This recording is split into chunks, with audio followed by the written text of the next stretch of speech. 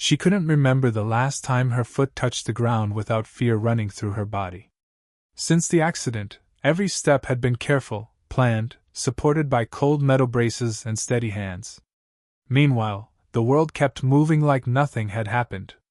Inside a bright auto workshop that echoed with the sounds of tools and carried the heavy smell of oil and steel, something was about to happen. No one in that building was ready for it, especially not a billionaire mother who had already spent everything money could offer trying to fix what doctors said might never fully heal. Before we go any further, pause for just a second. If you believe in kindness, in second chances, and in everyday people doing life-changing things, like this video, share it with someone who needs hope. Comment below where you're watching from, and subscribe to Kindness Corner. Your support keeps stories like this alive. Her name was Aria Whitmore, 16 years old. She used to fly across a soccer field like nothing could stop her. Now she shifted her weight slowly, carefully, as if gravity had turned into her enemy. 2 years earlier, a high-speed crash shattered her leg and severely damaged the nerves. Surgeons did everything they could, but even they weren't confident. Her mother, Celeste Whitmore, was a self-made billionaire. She owned medical technology companies and private clinics across continents. When doctors said recovery would take time, she paid to speed it up. When they said it would cost a fortune, she didn't blink. And when they finally admitted there was nothing more they could do, she refused to believe them. Aria had access to the best hospitals in the world. The most advanced robotic therapy.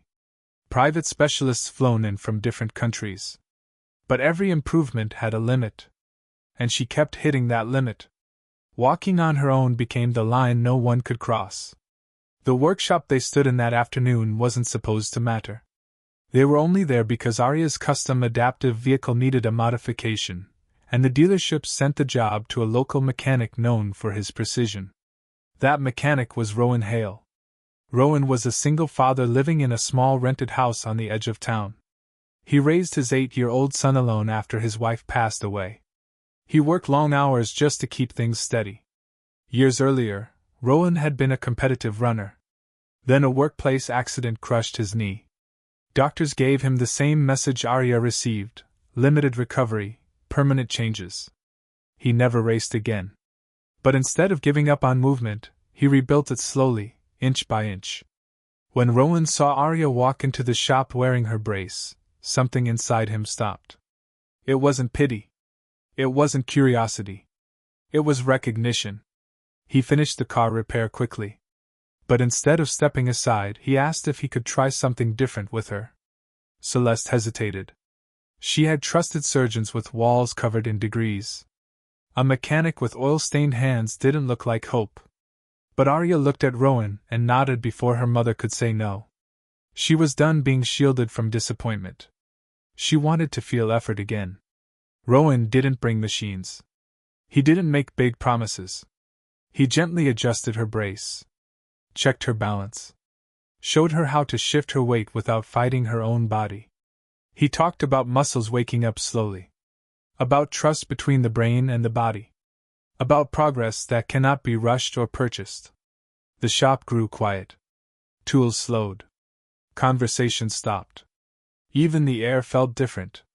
Celeste stepped back, her hands tightly clasped. For once, she had no control.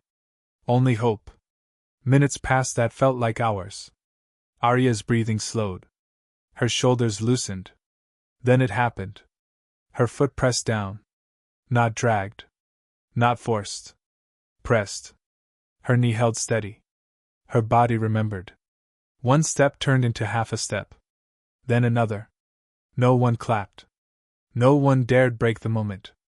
Celeste felt her own knees weaken as tears blurred her sight. For the first time since the crash, her daughter wasn't just surviving movement. She was claiming it. Doctors had focused on repairing damage. Rowan focused on rebuilding trust. That difference changed everything. In the weeks that followed, Aria returned to the workshop again and again. Not because it was medical, but because it felt real.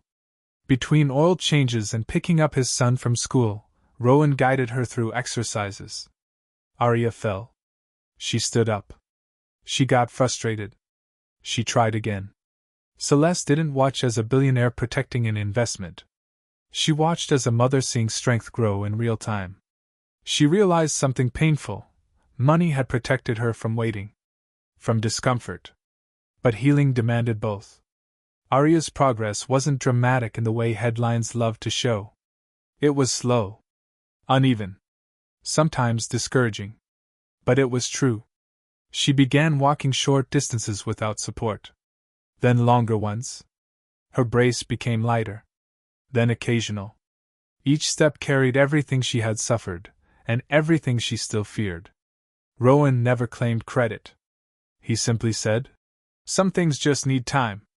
And someone willing to stand close without pushing." Celeste changed too.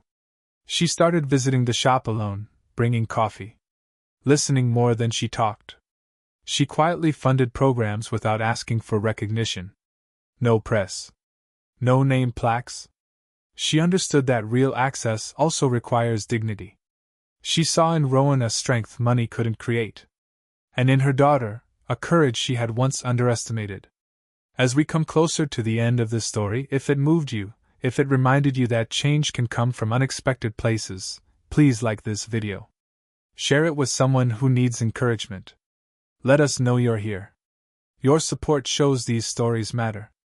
Months later, Arya walked across her school stage to accept an academic award, without assistance.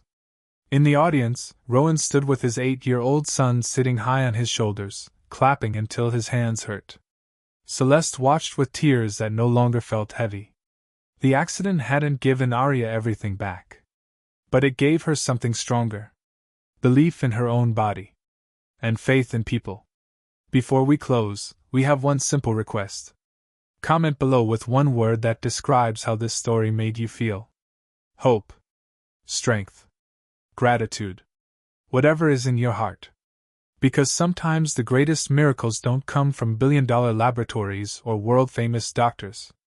Sometimes they come from a single dad in a quiet workshop, who decides to care when everyone else has already given up.